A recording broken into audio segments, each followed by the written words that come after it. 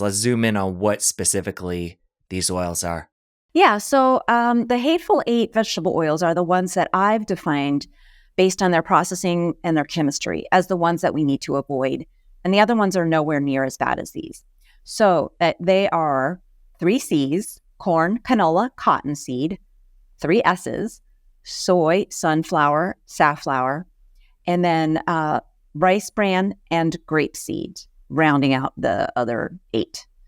Now, the first 6, the 3 C's and the 3 S's, are the ones that I ask people to memorize. And those are the ones that you need to look for on an ingredients label.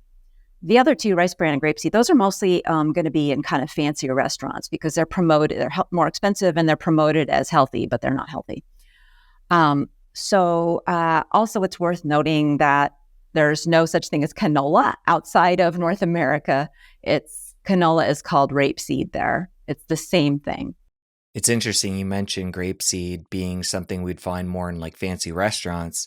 I remember about 5 years ago in the health world, that oil was touted as a good oil to cook with. You don't really taste it. Apparently it was good for high heats.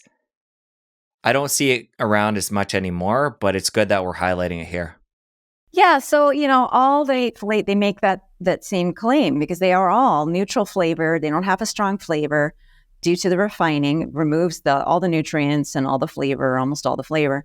But they also have a high smoke point, and that's really a selling point, for restaurants that need to use them in a deep fryer, that need to be able to just kind of set it and forget that deep fryer.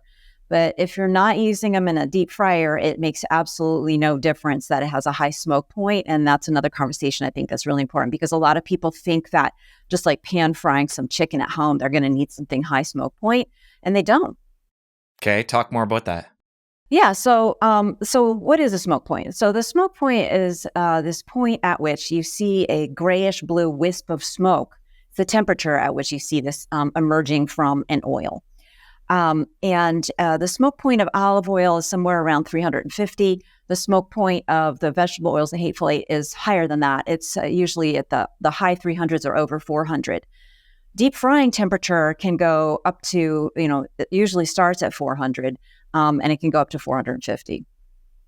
But when you're cooking something in a pan, your food would incinerate. If it ever got to, if the whole aspect of the food ever got to be 350, it would be inedible, right? So only the outer layers need to be heated, and they only need to be heated around, depending what exactly you're cooking, much like over 250 to 350, depending on how much time you have. So olive oil is going to get you there. And so are the other oils that I recommend, like the avocado oil, the unrefined oils will get you there. They'll get you this nice crispy sear. Even butter gets you a lovely crispy sear on the proteins that don't need super high heat. Like, for example, those squishy things. I always call them oysters, but they're not. Do you know what I'm talking about? People like to sear them. They're not shallots. Scallops, yeah. That's the word. Yeah. Yeah, so those big scallops that are just so delicious when you sear them. And they get a little sear on them when you're frying them, but you can use butter and you get that sear color and flavor at a lower temperature, which is actually better for the nutrition because high heat destroys nutrition. So if you can get something cooked at a lower temperature, tastes just as good or better, that is preferable to using high heat, right? So that is all just like glossed over, and people lose all the nuance of cooking and, the difference between the surface temperature and the pan temperature and the food temperature and the oil temperature and the internal temperature. That none of that gets discussed when people are talking about, you need that high smoke point oil because otherwise, olive oil will start to catch fire. But that doesn't actually happen because if you're standing right there, you're going to hear it making noise. You're going to see it turning a little bit wrong color, and you're going to stir, and that lowers the temperature. And besides, Italians have been even using olive oil for deep frying for quite a while, deep frying in a pan. They do know that you have to be careful because it might overboil if you're not watching it. And that's the whole reason why restaurants use deep fryers, because they set it and forget it. So you don't have to have a culinary person. You just have to have somebody who can look at the number on the dial. It's really about, not about cooking, not about making food taste better, certainly not about it making more nutritious. It's about being able to hire people who don't really have a lot of cooking skill. Let's talk about what goes into the processing of these Hateful Eight. I think people would be surprised where we're taking a soya bean or we're taking grape seeds and then making these oils that a lot of people are using for cooking. Yeah. So the processing is intensive. It's in factories, and it's very, very different than the way we extract oil from traditional oil sources. Very different from how we get fat from an animal, right? When the traditional fats are produced by very gentle methods that don't require a lot of heat or pressure, certainly didn't require factories. And this difference, we have this difference for a couple reasons, and it has a lot of implications. So why does it matter? Well, first of all, olives have been cultivated for many thousands of years. They've been cultivated specifically to be used as a source of oil as well as a food. So that means they've been cultivated so that very primitive techniques will yield a good amount of oil. And that oil is edible and delicious immediately. Doesn't need refining.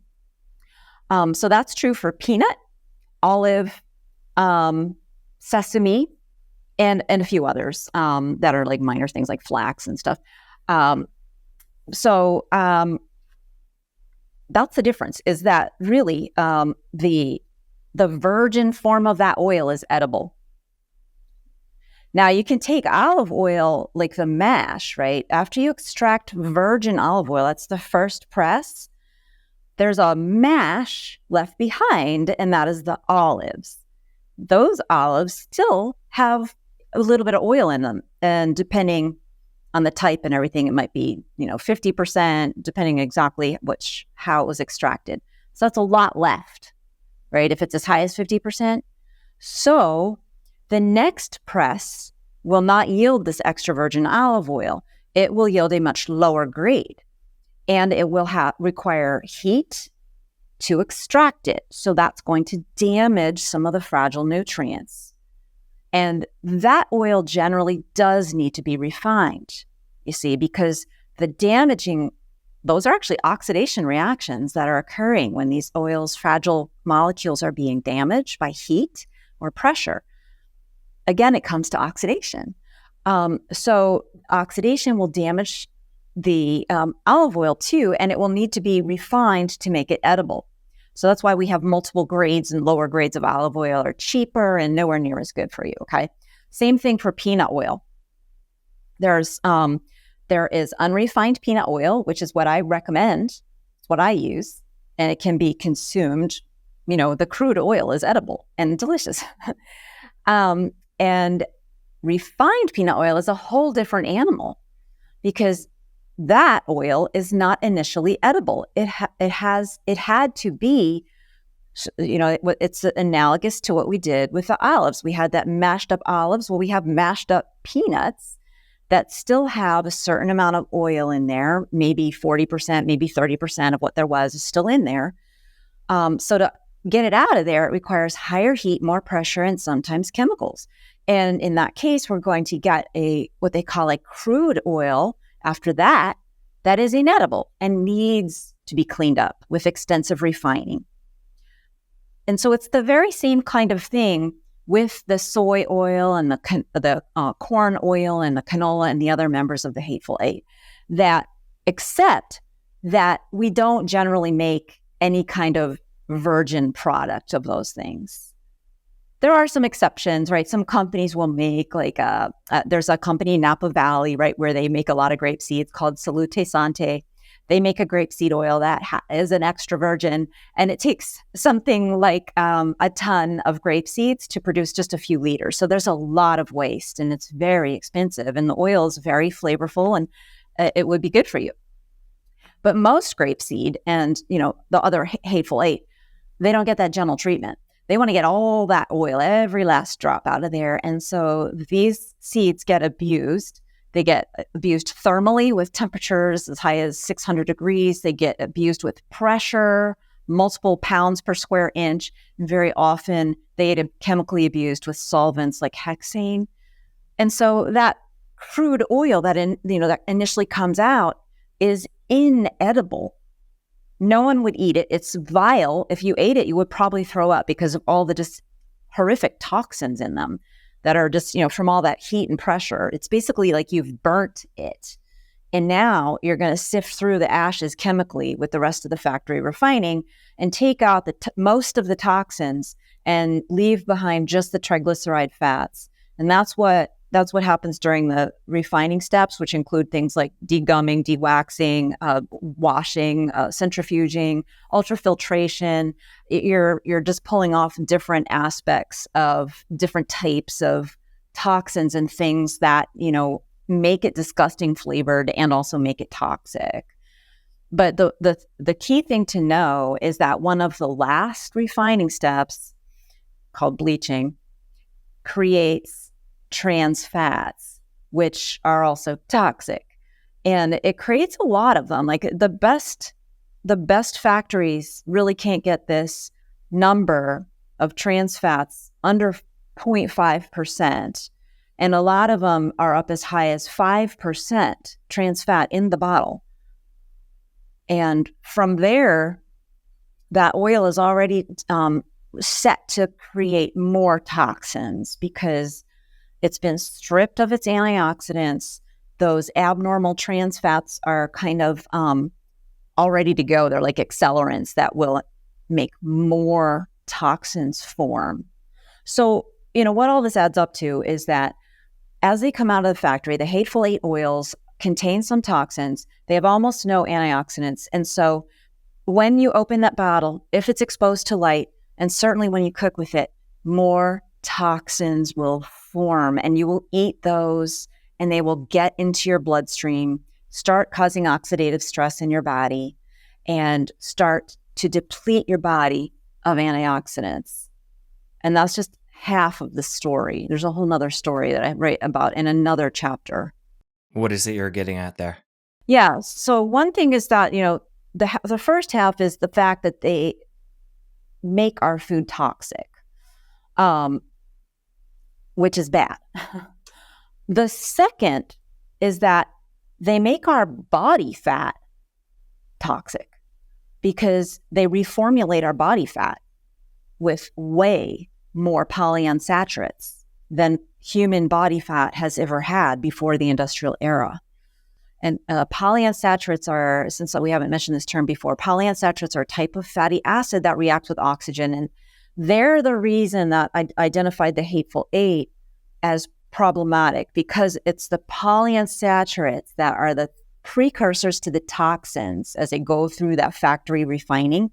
It's the polyunsaturates that deteriorate into the small amount of toxins that, they have already as they leave the factory. And the polyunsaturates that remain will build up in our body fat.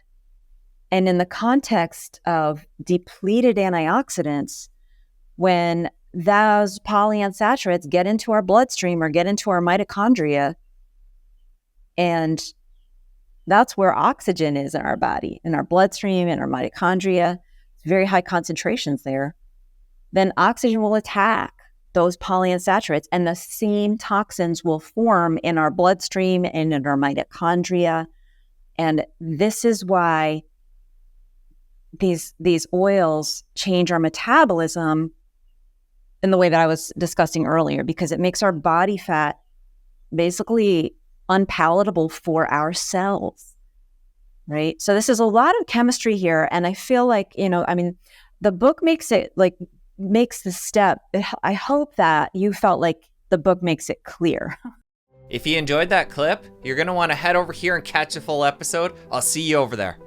Dark Calories really tells the story of the biggest scandal ever perpetrated on the American public by a medical organization. And this scandal has affected every American because it's changed how medicine is practiced. In terms